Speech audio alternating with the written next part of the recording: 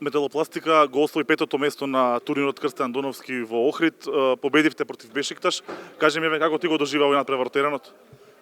Па пред свега желео би да честитам екипи Бешикташа на добро игри, борбености и фер и коректно игри.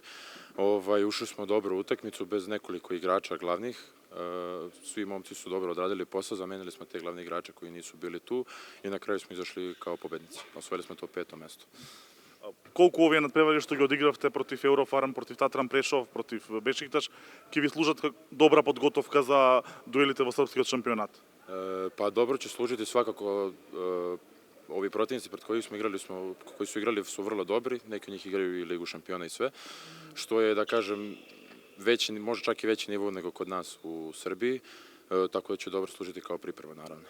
Металопластика има реновиран состав за оваа сезона, но ќе играте и во Европскиот куп, а во српското првенство дали може да им парирате на Војводина која е посилна, со посилен ростер и на Партизан?